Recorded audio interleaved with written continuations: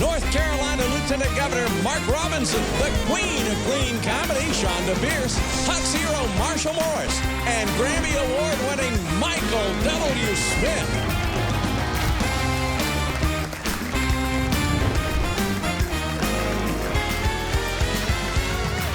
That's Trey Corley of the Music City Connection.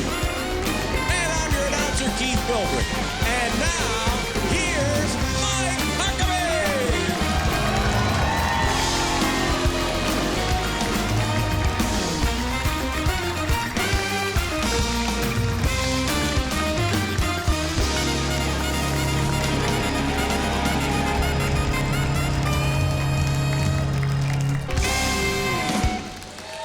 Welcome, everybody. We've got a fantastic show. You are going to have a great time, so don't go anywhere. Not anywhere. Hey, who doesn't like a gift? I mean, something given to me by another who spends his or her hard-earned money to provide something that I need or maybe just something I want. But if I'm given what's said to be a gift and then I'm handed a bill to pay for it, is that a gift? So when the government says it wants to give you something, you ought to ask, whose money is going to pay for it? The politician who made the promise, and it will be out of his or her personal money, or will it actually be funded by you, or maybe a total stranger in your neighborhood, using funds that were taken from you involuntarily through taxes or fees? I'm sure hearing a lot of offers from the government that they want to give me some stuff, like free child care, free college, free guaranteed income for life, and free medical care. Hey, that sounds pretty good since I've been paying for all that stuff myself. But I'm not totally stupid. Notice I said totally. Hey, somebody's got to pay for all that. And when you hear an elected official promise to give you something for free, just pause and ask these questions. Number one, who will really pay for it? Maybe you're told some faceless big corporation will pay for it. But if you or someone in your family works for a big corporation, I hope you understand how taxing a corporation works.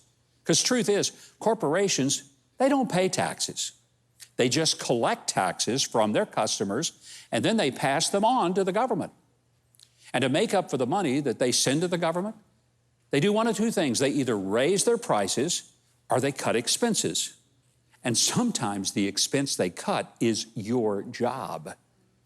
Employers are not looking for ways to lose money. Most importantly, they got a responsibility to their shareholders and employees and customers to make money.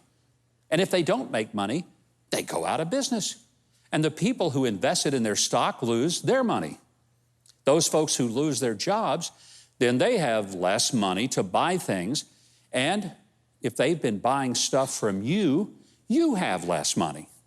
So the government has maybe given you something you didn't even ask for, but it may cost you something that you needed, like your job. Now, if I give you something from my own pocket, that's a gift.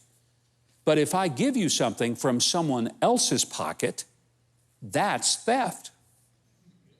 Sound familiar? Well, second thing to ask, is this something that the government has the legal authority to give you? Read the Constitution very carefully. Does the government really have the power to give this? Oh, it's easy for a politician to tell you that he or she is giving you something, but is it really a function of government for them to give it? Look, I get it that since most of us can't buy our own fire trucks or hire a policeman just for our own family, it does make sense to chip in with some taxes so that we can have a fire department, a police department, as well as having streets and sewer systems and water lines that come straight to our house. Number three, can the government spend money better than I can? Maybe hard to get a good answer, but I can tell you that in almost every case, the government is going to be paying way more for the things that it gives away than those things actually cost, because there are so many handling costs for the people in the government and for all the paperwork involved. So what if government just gave you the money, which really means they let you keep what you already had, and then they let you spend it for what they were going to give you. I don't know if you know this, but the cost for K through 12 education ranged from just under $7,000 per pupil per year in Utah to almost $36,000 in New York State. The average nationally is around $15,000 per student. Now, most private schools are well below that. So would you be better off if you could just get the funds from the government and you choose the school best for your child rather than the government picking your child's school? And the annual health care cost per American, about $12,000 a year. The cost on average for health insurance, about $6,000 a year. Some pay more, some pay less. So would you be better off buying your own than having the government buy it for you? Here's my point. When a politician tells you that he or she is going to invest your money in something, you ought to want to know, is it something you really need or even want? Does the government have the legal right to take money from other people, including you, in order to give it to you? And would you be better off taking the money that the government's going to spend and just spending it yourself? Remember, the government doesn't have anything that it doesn't take from you first. So before you celebrate what they promised to give you, be sure you know how much they took from you.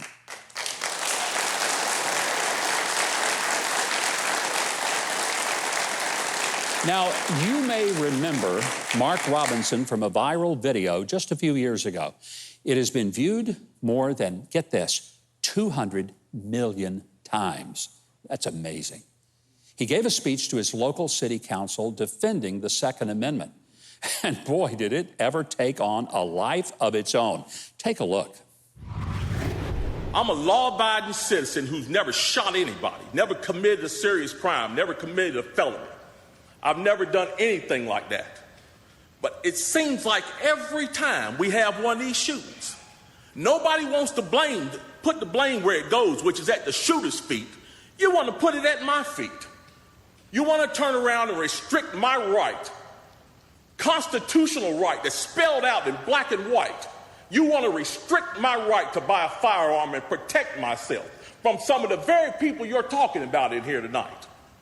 It's ridiculous. I don't think Rod Serling could come up with a better script.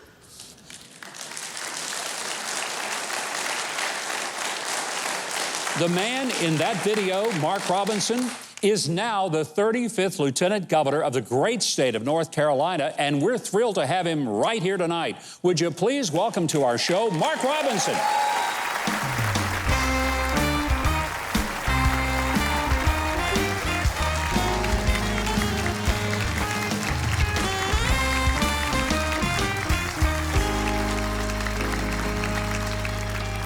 I don't know how many of these folks are from North Carolina, but everybody here would vote for you right now. I just want you to know. Well, thank you. We appreciate that. Thank you so much. Thank you. Mark, it has been 4 years since that city council meeting. I got to just know, did you plan on going and making a speech, or did it just well up in you as you sat there? It just welled up in me while I was sitting there. Unbelievable. I knew I had to go to the meeting because of the subject matter. And I'm pretty politically astute. I knew what our city council was attempting to do.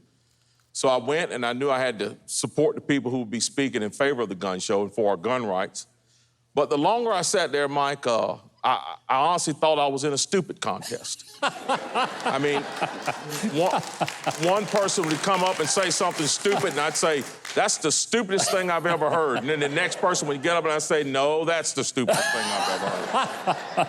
And it just made me madder and madder, and so I had to get up and say something. When did that move you to a place, because I know people were saying, Mark, you ought to run for office. Yes.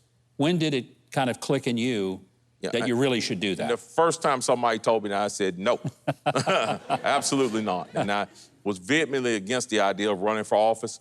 But I think what really made me decide to run for office was the amount of people who came to me and would always say, well, this video has X amount of views, you can make X amount of dollars, you can build a brand, blah, blah, blah. And I said, I just don't believe that God put me in that situation to become famous and rich and build a brand and do all those things. He put me in that position, and I truly believe this, because he sees the rights that he has given us threat. And he's raising up a regiment of people to protect those rights, and I was one of those people. And so we decided that if we were going to make some change, that it had to be at a level where you could really make change, and we decided to run for office, and here we are. Just a week or so ago, you were at a public ceremony with Roy Cooper, the Democrat governor of North Carolina. Yes. And he was saying that North Carolina is a racist state. Absolutely. This is the theme that the left has been giving. You're standing right behind him. Yes. You're the elected lieutenant governor. Yes. Now, I'm not the smartest guy in the world, but best I can tell, you're a black guy. Yes. That's right. So how did he figure that you got elected if the state is so racist? That was part of what I take issue with. I don't necessarily take issue with the fact that Roy Cooper didn't acknowledge me because we are so vastly different politically. What I take issue with is the man stood there and said that North Carolina is systematically racist, that black people are afraid to walk down the street without being shot by police officers. Meanwhile, he completely ignores the fact that the first black lieutenant governor is sitting behind him, directly behind him, and that my opponent in the general election was also a black female. North Carolina has come a long way, but the Democratic Party has a long way to go. You know, in your home state, just this week in Boone, North Carolina, 2 police officers lost their lives. We hear so much if a person is shot by the police, even if they were resisting arrest, were wanted on warrants for felonies, including assault and all sorts of crimes.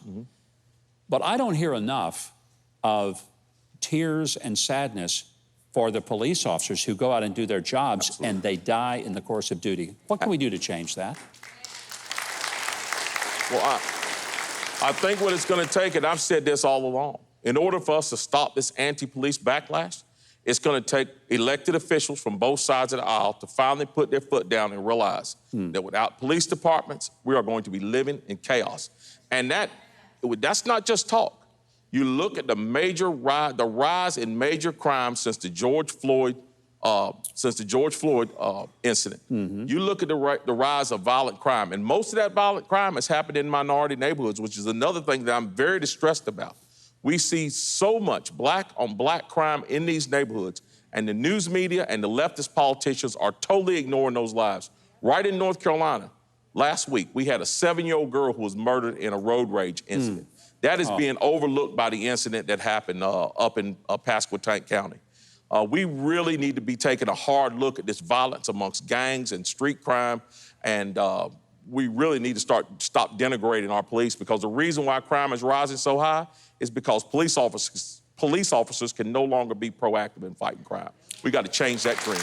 Absolutely, 100%. Mark Robinson, I want to tell you something. I believe this with all my heart. God has raised you up for such a time as this. You are a voice of clarity and conviction that we need so very much. And I want to say thank you for being with us tonight.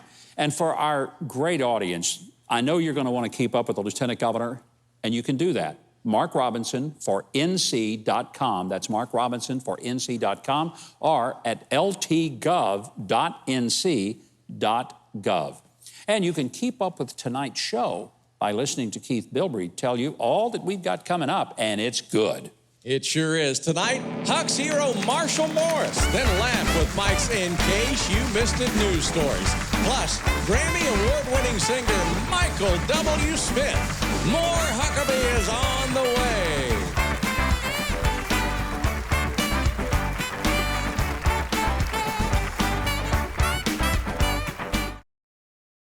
No one can deny that without our moms, we wouldn't be where we are today. In fact, we wouldn't be today, period. The nurturing care and love that our moms provided us helped us grow into the adults that we are. But due to famine and poverty, millions of mothers all over the world struggle just to give their children the nutrition and medicine that they need to keep them healthy. This is where Samaritan's Purse comes in. They provide food, medicine, and education to help moms all over the globe do more than just survive. They're helping them thrive. And it's all because of the generosity of people just like you. Please consider calling Samaritan's Purse or visiting their website and join them in helping to bring God's kingdom to those in need. Thank you, And God bless you for caring and sharing. A decorated veteran himself, tonight's Huck's Heroes saw many fellow vets come back home with PTSD, drastically impacting their lives and the lives of their families. So in response, he's launched a national initiative called Pets for Vets. Through his organization, he's funding trained service dogs for veterans absolutely free of charge to those he serves. And that's why tonight, he is our Huck's Hero.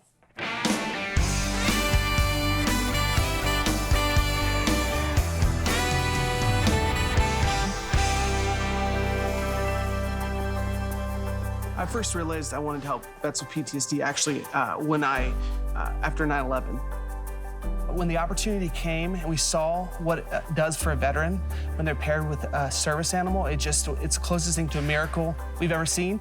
And we just said, we're gonna do that. When you pair an animal with a veteran, I think a couple things happen. One is they get a buddy who's looking out for them nonstop. Second thing is it gives them a purpose.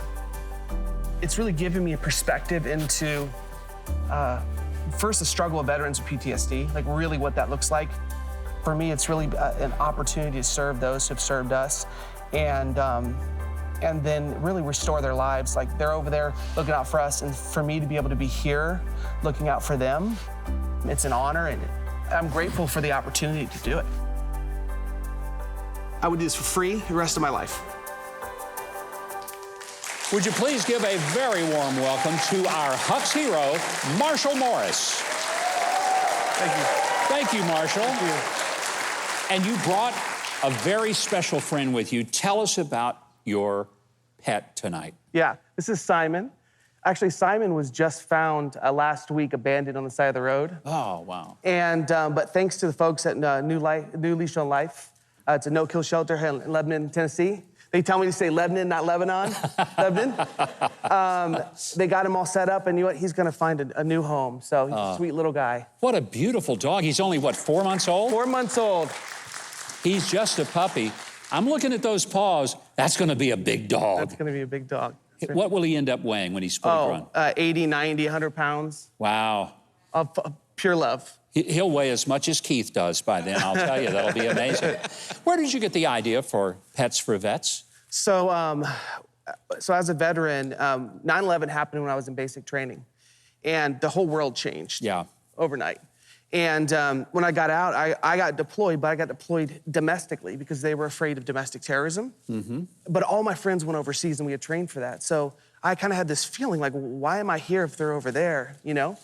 And so when they started coming back, we started to see the impact of the trauma, the PTSD on them. And then one day, it was just like, we got to do something. So we were at a business at iHeartDogs.com where we save dogs from shelters. We feed them, we clothe them. People just shop online, and we're able to do amazing things. And so we said, you know what? Let's use this as a way to help veterans with PTSD because there's no funding. Like it's usually nonprofits that fund for that. And a trained dog can be $30,000. The veterans don't have this. No. So we said, we're gonna change it. So literally, we came up with this paracord bracelet. Like, it's just a simple idea. Let's do something, right? Since then, we've raised $500,000 funding dogs for veterans with PTSD just from a simple bracelet. So we're just gonna keep going and going and going. And like I said, there's no more rewarding work to help the heroes that come back. So dogs like Simon are often shelter dogs, but you train them and make them where that they can be legitimate companions and service dogs for veterans, because a lot of people think, oh, it's got to be a very carefully bred dog for that. You're proving that it doesn't have to be. Right, and it's both ways too. See, PTSD has different levels, right? The different levels of trauma. So, but there's a lot of veterans who just need a companion. Yeah. They just need someone to wake up with, someone to go to bed with, someone to go to Home Depot with. So whether it's placing a dog with them and they need a little bit, they just need a battle buddy at home, or they need someone who really looks out for them, we're gonna make sure that they get it. What are you hearing back from these veterans who have been connected to one of the Pets for Vets? The stories that really tear me up the most or really come from the wives. Because there's things we take for granted, like just going to Home Depot, or just going to the store, right? They can't do that. So these little moments that they enjoy as a family together they feel like are forever gone. Well, when we introduce the dog, it's a miracle. It's absolutely a miracle. And these things happen again. So you're impacting the veteran's life, but their family, their children, there's just a legacy to that. So the wives' stories for me are just the most powerful miracles that I've ever experienced, just consistently over and over. But it's like the word that they use a lot is they got their life back. Marshall, God bless you for what you're doing. You're doing the Lord's work. If there ever was somebody who is doing it, thank you very much for joining us today and for being a Huck's hero. Now, if you would like to see more of the incredible work that Marshall is doing, you can do it by going to iheartdogs.com, or you can check him out on social media. Keith's over there just barking at the moon, and he's also got the scoop on the rest of the show. He's going to dish it out for you right now. You saw Simon looking at me over the counter. I think Simon likes me best. Next, fun and Mike's In Case You Missed It news stories. And stand-up comic Chonda Pierce. Lots more Huckabee is on the way.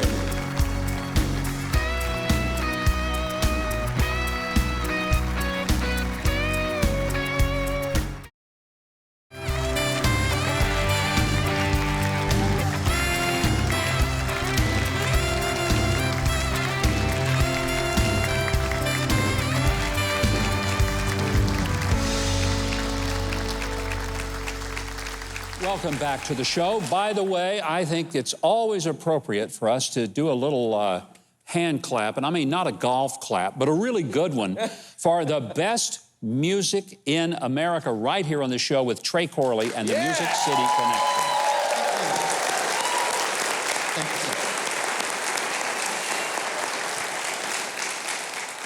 Well, we're so grateful that you're here. By the way, I was telling Keith, that dog was so impressive that I can't believe that a week ago that dog was out just abandoned on the side of the road, and it came in here with all this noise and stuff going on and just behaved better than Keith ever does. Yeah. That's what I was... Certainly better than Trey. Yeah, absolutely better than Trey. Well, if I didn't have Bo, that dog would be going home. There was no leash on him. We got a leash on Trey. There's difference right there. Well, from desperate dating apps to a mother's eternal tattoo regret, we've got the news that'll have you squirming in your seat on In Case You Missed It.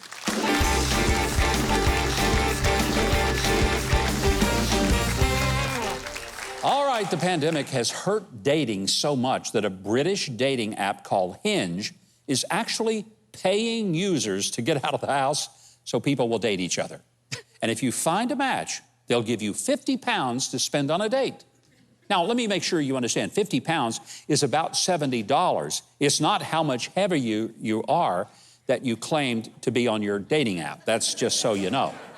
And by the way, if it works out, they give you another £50 to go on the second date. Wow. That sounds kind of like a new Joe Biden government program, doesn't it, huh? Yeah. By the way, they encourage daters to follow all the coronavirus precautions, wear masks, and keep your distance. So I don't understand how there's ever going to be a second date if you got to do that, right? Wow. Huh. All right, in Houston, Texas, Domino's Pizza, they're teaming up with an autonomous vehicle company to test a self-driving pizza delivery car. What about that? They looked at speeding pizza delivery drivers and asked, how can we make this even more dangerous? So here we go.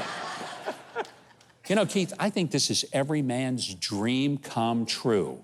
A self-driving car filled with pizza. What do you think? I don't think it'll get to its destination. Wouldn't if it's coming through my neighborhood.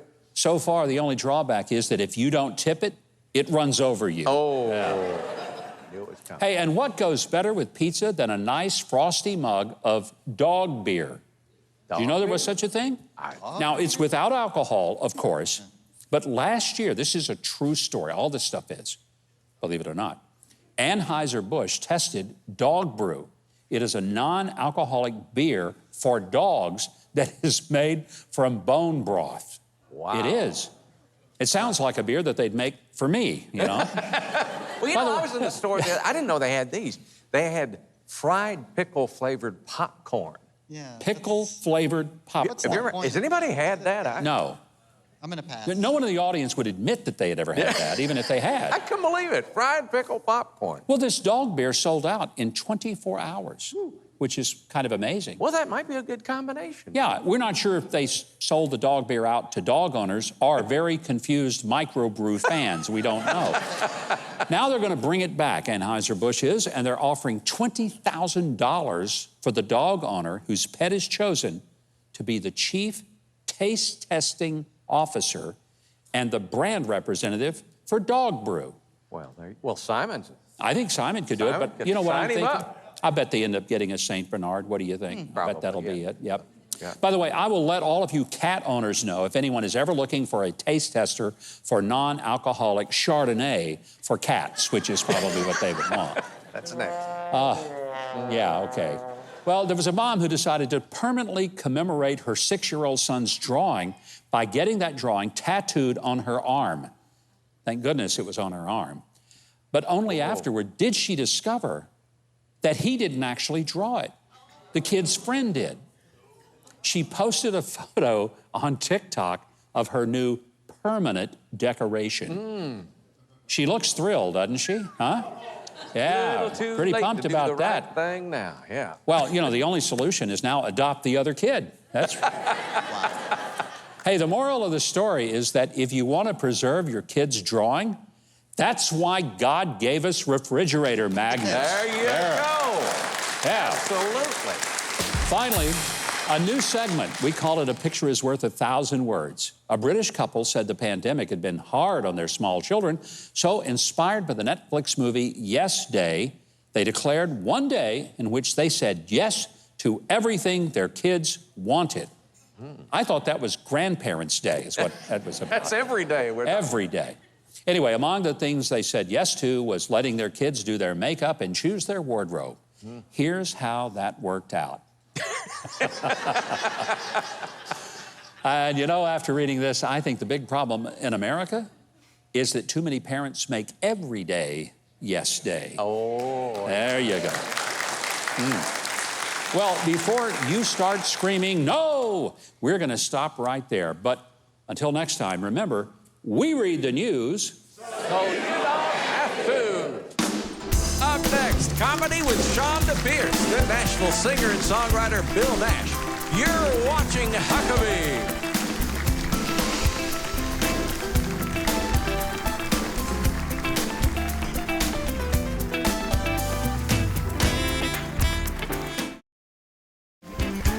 Go to MikeHuckabee.com and sign up for his free newsletter and follow @GovMikeHuckabee on Twitter.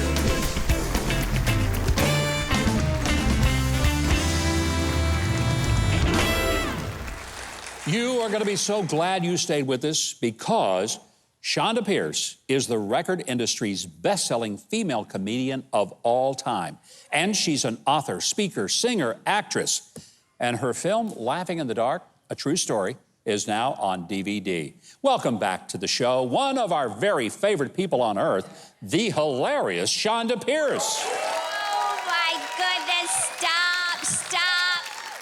Don't be so silly. Y'all are just glad to be out of the house. You know you don't care about this. I'm glad to be out of the house. I survived COVID. I got it about 2 months ago. I should have said 2 days ago and watched the room clear out. I got it a couple of months ago, and it was terrible. And they went, you know, I had to get the little swab that they stick up to your brain cells. And when they said I had COVID, I was kind of pleased that they found something. We had bets going that it was just an empty cavity up there.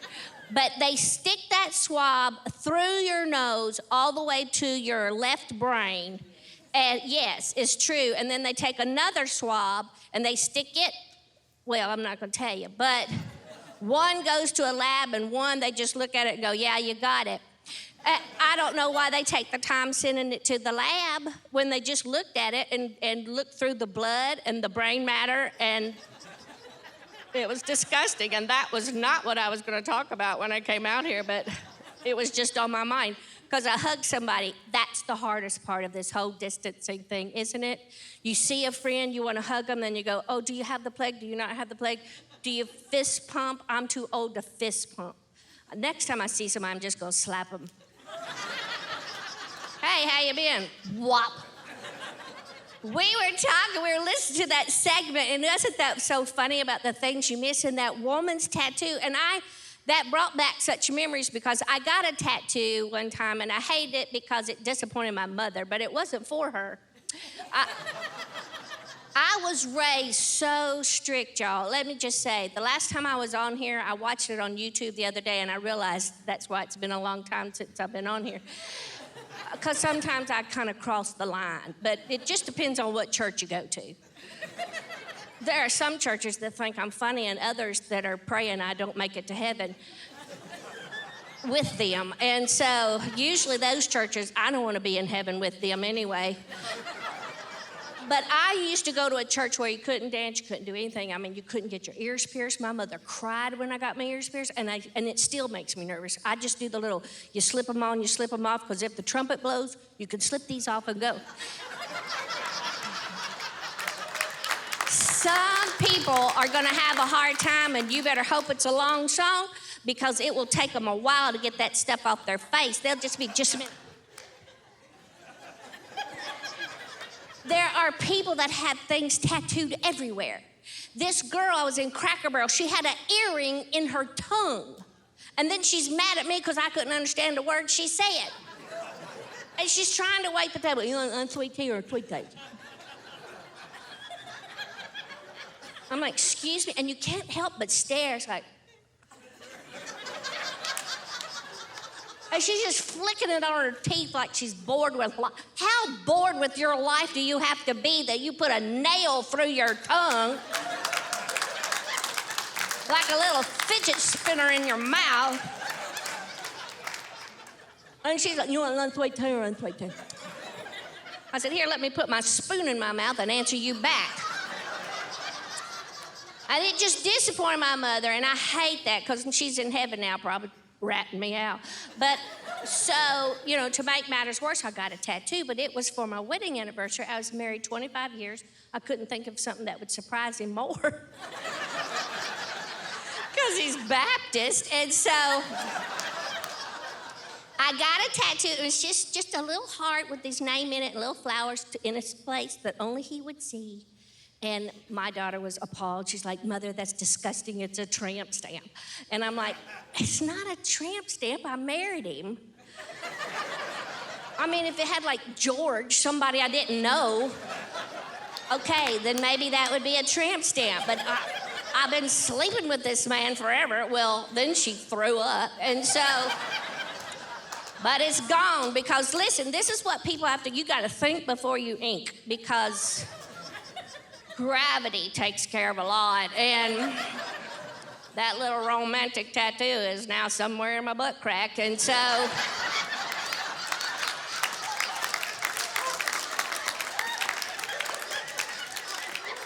and the Baptists just fell out of their seats.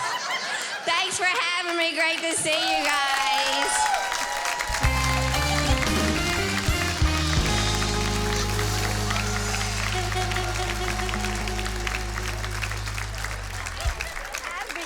I don't either. Oh, that's just Miss Hey, Simon. Enjoy this tonight, because I doubt we'll ever get to have you back. Yeah, that's true.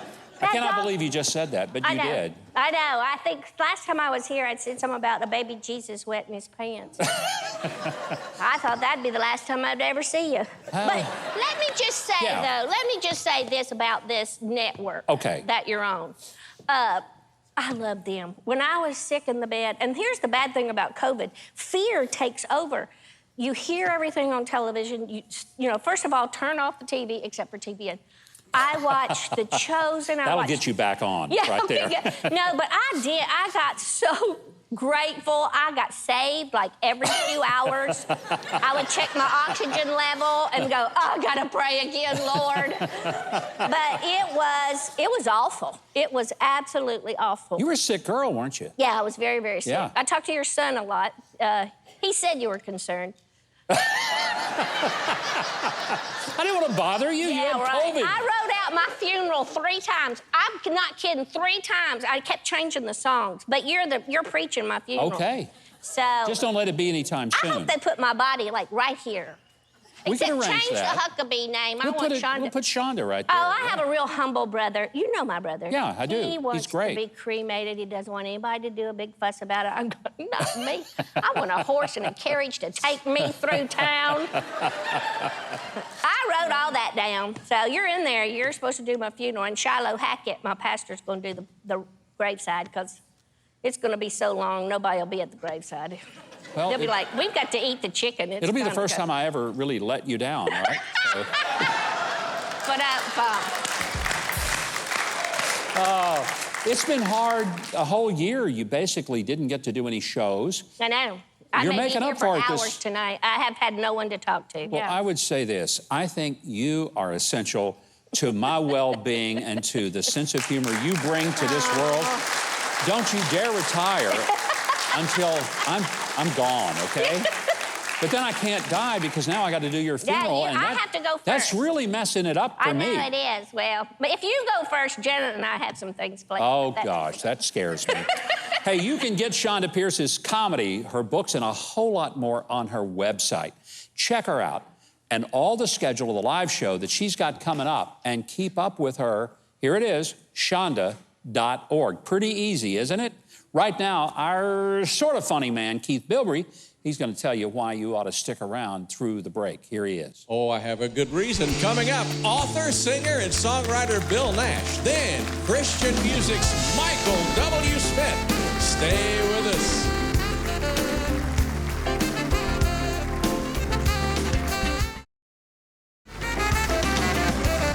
Next week on Huckabee, God Winks author Squire Rushnell and Louise Duarte, plus celebrity chef Emily Ellen.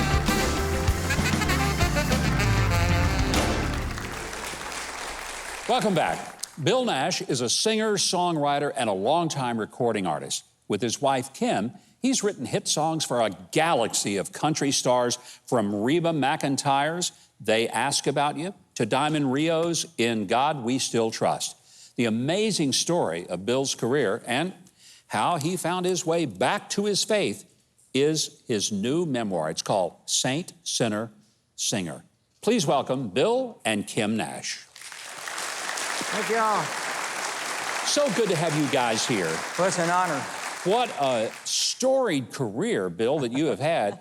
And I want to begin with a story that I find just amazing. There was a moment you were talking to Jerry Kennedy of Mercury Records. Yes, sir. And he said he wanted you to hear a song by the janitor. Yeah. And he picked up the phone, called his secretary, and said, see if the janitor can come in. And you're thinking, what in the world? He's going to make me listen to the song by the janitor? Yeah, where's all those hit songwriters who told me we were going to have right for me? And he's bringing in the janitor. Janitor. But who was that janitor? Well, let me tell it like this. The guy sat down with his black guitar, and he crossed his legs like this. He had hush puppy shoes on with a hole in the bottom of them. So it's making me think this guy can't be successful. Were you looking for Candid Camera at that point? I wish so many times for that, because here's the first three lines. He said, "Don't look so sad. I know it's over." And who was that guy? Chris Christopherson. Yes, Chris Christopherson, the janitor. Chris, yes. And a year later, he would come see me. We became good friends over all that. And when I came back, I'd come to Nashville. They would call him and tell, "Hey, Bill's in town." He'd come. We'd have lunch and we'd talk. And I'd say, "Chris, I need another song from you." You know what he said? "Hey, Bill, I about ruined your career with that first one." So he said, okay, the third time in, he said, "Bill, I've got a song I gotta finish, or I'd have one for you." I said, "Well, what would it take to finish it?" He said, "A six-pack." Well, so like the good Christian boy that I was, I gave him $3 and he disappeared from Music Road and walked to Print. He had no car. He was living in an abandoned building. Oh, my And I didn't soul. know it, Governor. Wow. I would have given him $100 Yeah. if I'd have known that. It wouldn't have helped him a lot. But he came back with a song that starts like this. Let's see. Help. Take the ribbon from your hair. Shake it loose and let it fall. It's called Help Me Make It Through the Night. We all remember it. I cut it 30 minutes later, and I got drafted as I got home, and it ruined my Mercury career, because Vietnam veteran I am. I'm proud to be. I went to serve my... God bless you.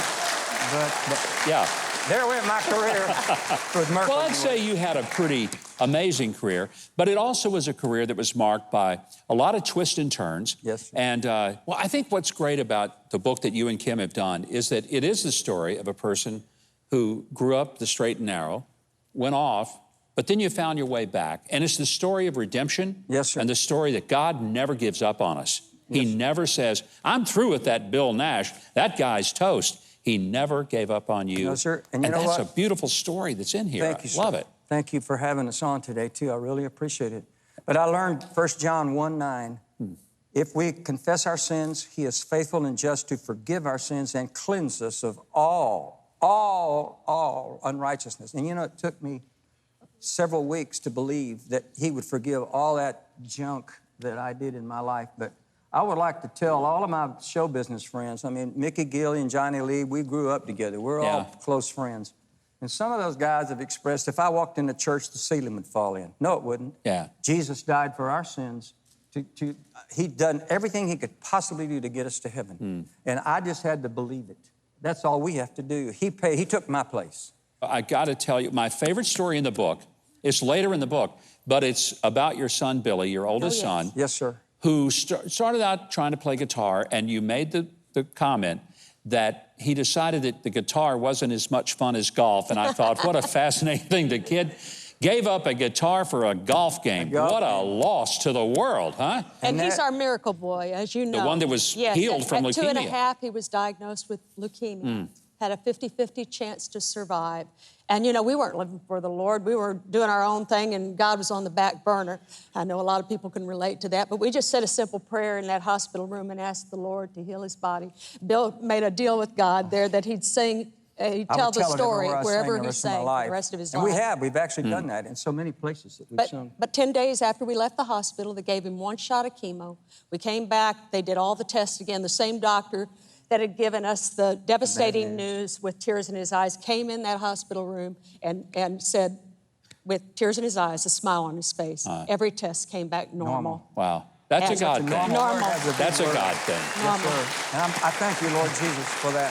Well, Bill Nash's book, it's called Saint, Sinner, Singer.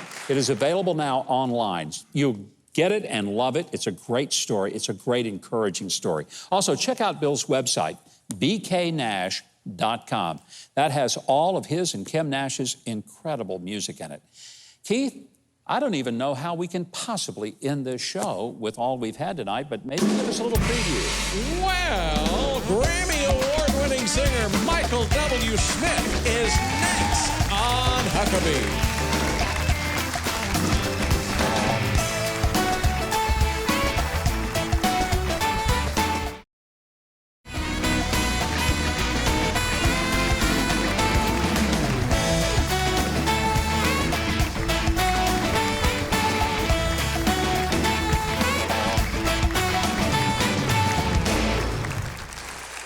Michael W. Smith is a Grammy Award-winning recording artist, and for nearly 40 years, his music career has produced hundreds of hit songs, and they've helped people connect to one another and to God with some very powerful lyrics.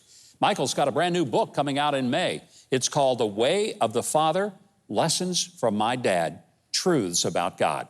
Here to tell us more, Michael W. Smith.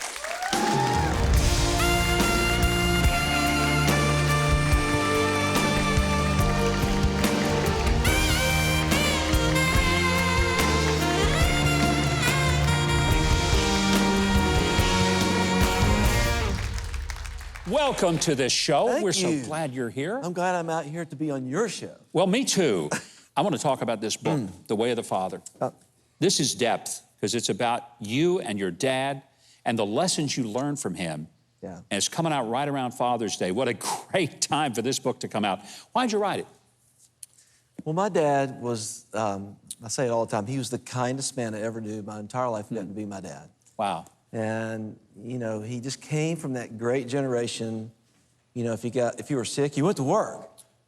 You know what? Yeah. You know, and you took care of your wife, and you took care of your kids, and you're involved in your church and the community, and I mean, he coached me all growing up in baseball. I wanted to play for the Cincinnati Reds. You know, the Big Red Machine was my team. And I was a pretty good ball player because of my dad.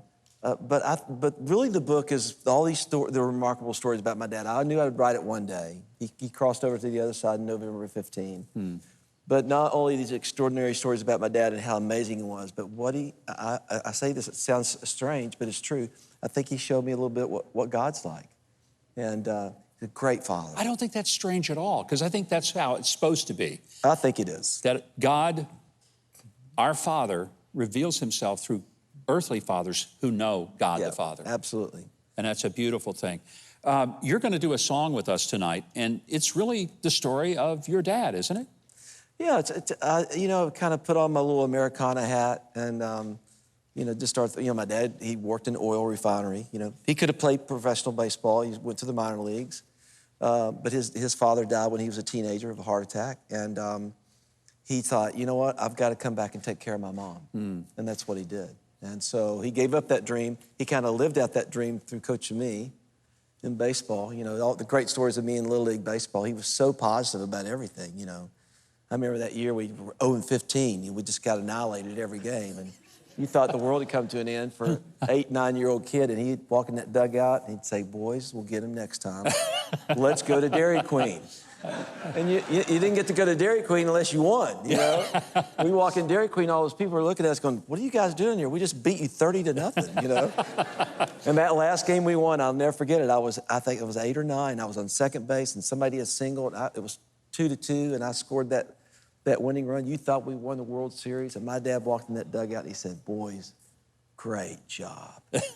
Let's go to Dairy Queen.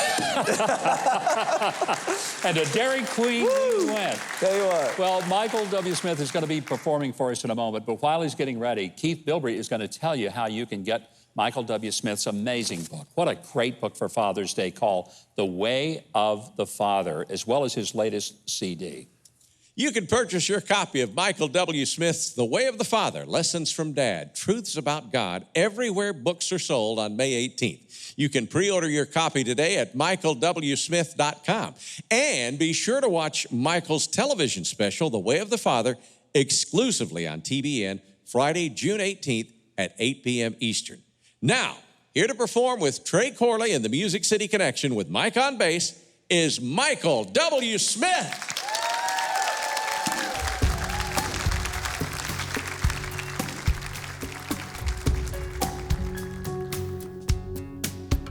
Dusty road, buried dreams, pieces on the ground. I saw the ghosts in empty streets of that West Virginia town. You worked for years on swing shift at the oil refinery. You loved your wife and your kids, and one of those kids was me. And the sweat upon your brow was like the tears of heaven pouring out.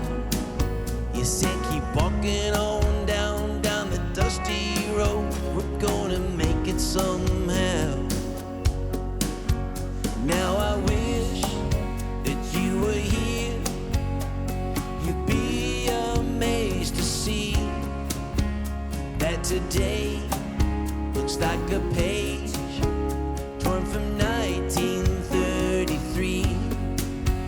And in my dreams, to you I run, in golden fields where angels kiss the sun.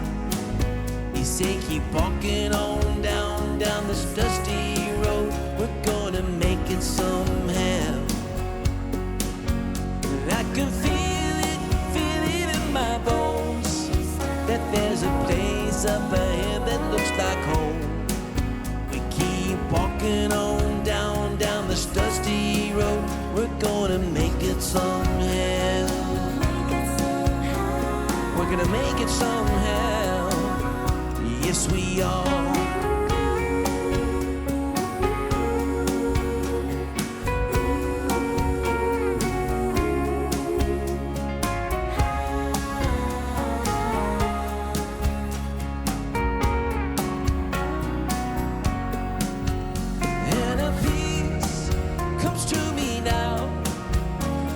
Stay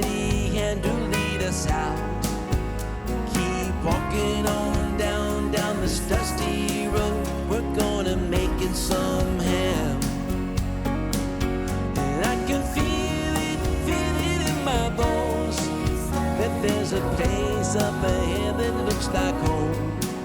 We keep walking on down this dusty road. We're gonna make it somehow. We're gonna make it somehow. Yes, we are.